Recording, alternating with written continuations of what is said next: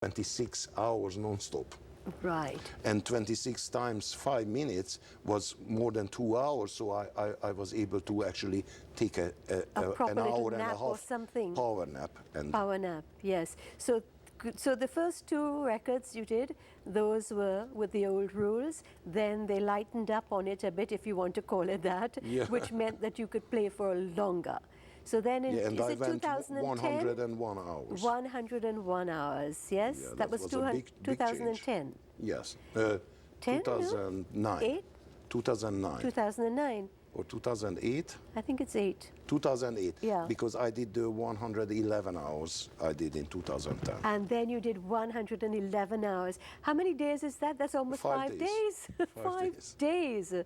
With 1 hour sleep a day. With 1 hour sleep per day. Brain work, a lot of brain work. A lot of brain work. Yeah. So how did you prepare for that sort of thing then? Well, when you learned the secret of it, basically? Mentally. Mentally. More like mentally, because you can't sleep in advance. Yes, I know. And the other part of preparation is that you try not to eat and drink too much before the start. So I stopped eating actually 48 hours before the start, and I stopped drinking 12 hours before the start. So the first 26 hours, I did not even think of anything because I wanted to gain the time for the rest.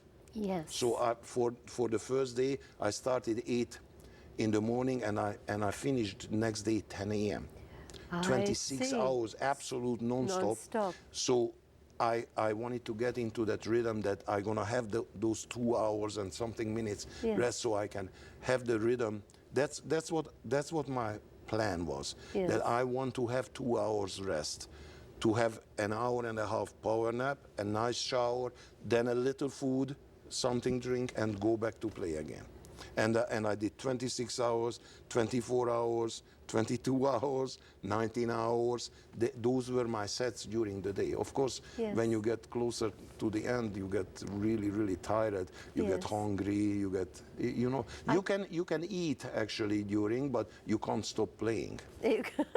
And I see. So if you can't stop playing and you have to eat, that means someone has to feed you. Yeah, exactly, exactly. And I took some drinks with us. But the thing about this is when you're playing the music, now two things I'm thinking of. Firstly is that we talk a lot about fasting and so in this country, you know. The Muslims have their period of fasting, the Hindus have lots of periods of fasting. And I see, therefore, that involving oneself in that sort of discipline can be helpful, because what you actually did was practice fasting so that your body would be accustomed. 3 and days, your mind, actually, the longest time I survived without any food.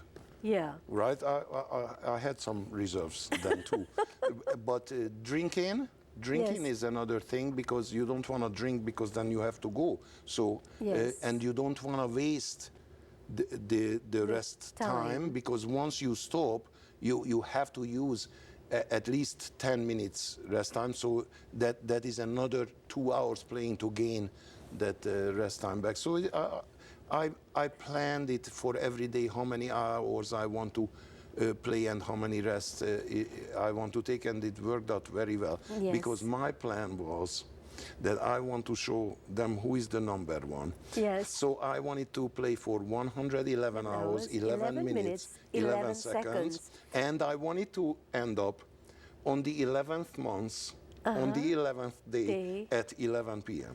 Oh my goodness, that was absolutely amazing. And I don't suppose anyone has broken that record yet.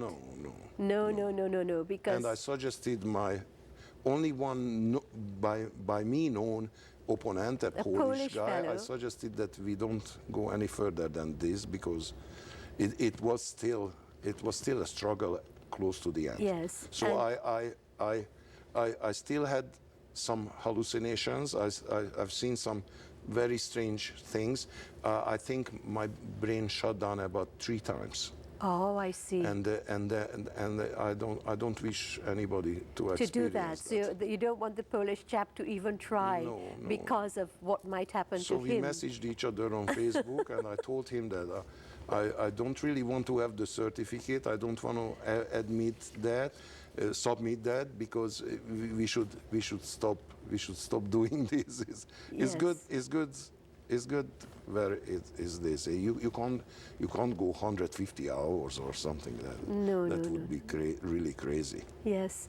So we've got probably to go to another break at this point in time. When we come back, I want to talk about the wonderful work that you're doing here in Trinidad and Tobago with our people and our talent. So do stay with us. We're going to be back and we'll talk about the work that Charles Brunner is doing with us here in Trinidad and Tobago, his adopted home.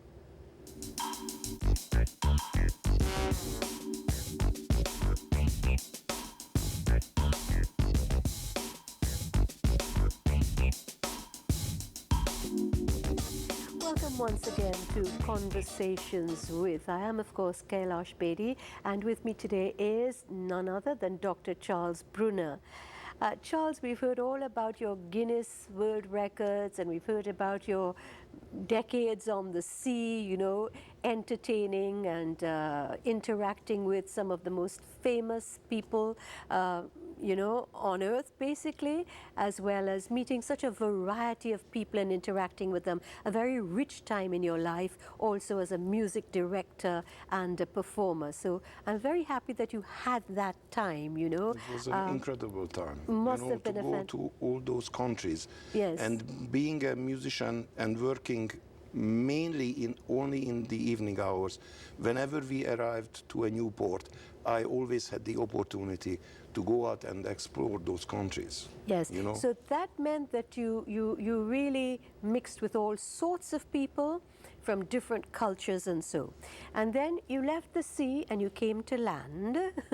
And for us, it's a happy thing that you came to land here in Trinidad and Tobago. And I wasn't planning to stay here. And you weren't planning to stay No, here, actually, but you see? I had still a contract with Royal Caribbean to go back, but because I did a tryout teaching here, and I picked up a few students, and I wanted to see how that goes and how the talent on this island. I got stuck. You got stuck. Well, tell me something about what you think about the talent pool here in Trinidad and Tobago. Well, the talent is incredible. The talent is incredible. It's a very musical country. Everybody is doing some kind of music. The problem is that they do not really want to get those children and young people strictly disciplined with their music studies. I think that is one of the problems. People have to understand that music is something you have to practice and learn every day. Now, this is a cultural thing with us here in Trinidad and Tobago, because not only with music, but also with things like dance and so many other disciplines in the arts, people seem to take it very lightly. And they seem to not understand, you know, that just singing a song or doing a dance and so to an acceptable little level for the general populace, that is not really what the goal and target is. If one wants to be a good musician, if one wants to be a good dancer, one has to go through very structured training. One has to be very strict in terms of hours of practice. There's a way in which we're then introduced to the public and the way that we would grow. So we're in too much of a rush sometimes. We learn a few little notes or a few little dance steps and we want to jump on the stage or jump into a competition and hope to get first prize. But that sort of thing leads to mediocrity. It leads to the dumbing down of the full potential of the talent that is there. And it showed up, let me say that very Yes. proudly at the last music festival 3 years ago, because not because I'm God or anything, but because of the method. I try to bang into the head to our students.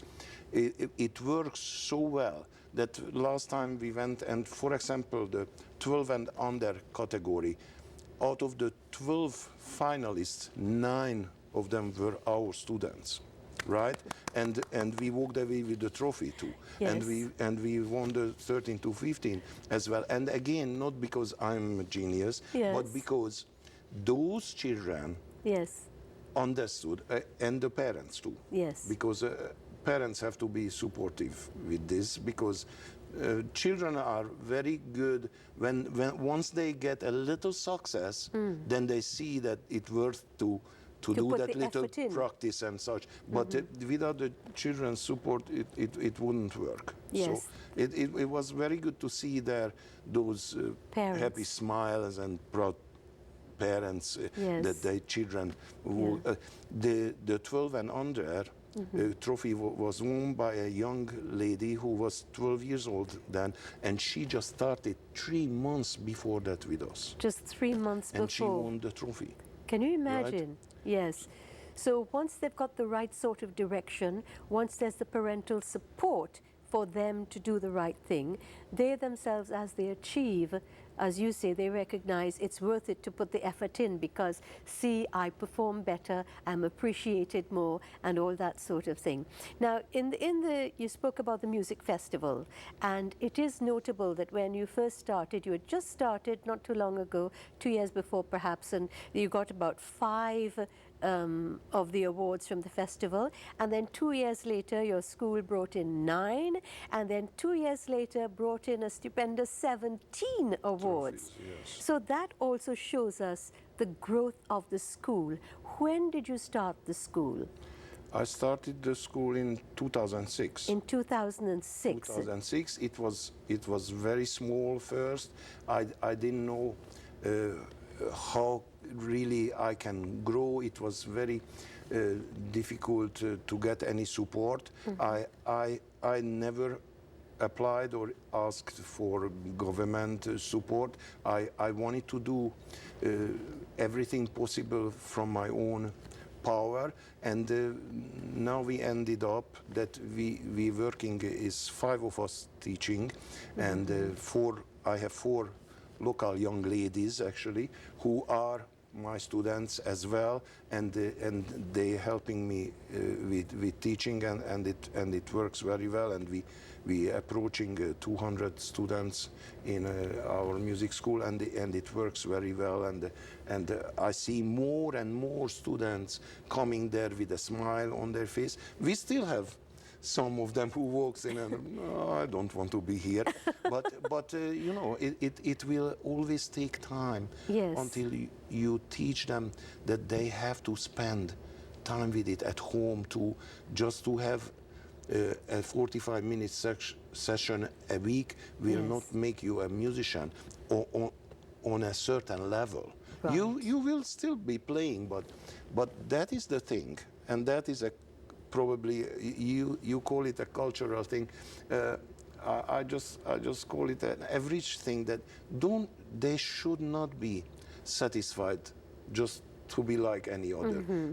We always have to emphasize them to become better, better and better, so they can, when they reach that certain age, they can step out internationally as well. Because that makes sense to me. That makes sense. Look around the big names of, to me, the big names of Trinidad who made it internationally, right? You have to be able to step out. Heather Hadley. Heather right? Headley, Liam yes. Teague. My gosh, Liam Teague, yes. Right? And the other incredible opera singer lady, Jenny Charles, No. incredible. Tahira Osborne. They are becoming the cream of the world. Yes. And they came from And this they came island. from Trinidad. Right, And you know, so- you're talking about that. You had given me a CD, and I told you that I've been listening to that all morning this morning, in which you featured a young lady, Althea Bihari. Yes. And you have in that one of your own, is it arrangements of the Ave Maria? It's my own composition. Your own actually, composition using of the Ave same Maria, words using the for same words, Ave yes. Maria. And that is so stupendous. I mean, when I listened to it, as I told you, it brought tears to my eyes. Not only because of how beautifully she sang, of the effect of the composition, you know, how you did what you did, but also I think because while I'm listening to that, I am thinking of Charles Brunner, and I'm thinking of your life and how you've lived it, and I'm thinking of your dedication to music, and that you're in fact the embodiment of music, and I'm thinking of your struggle as you try to produce beautiful things, and you are composing beautiful things and presenting to the world, and then there's that tinge of sadness when there's not the amount of appreciation for the thing that one would wish it to have or think it deserves. So all these things bring tears to the eyes. It's joy as well as tinged with sadness. Well, don't forget all the geniuses became famous after they were dead. After they passed Like on. Beethoven, Mozart. Well, I don't want to be one of those, but especially because young talents like Yes. Alitia and many others. I have one single still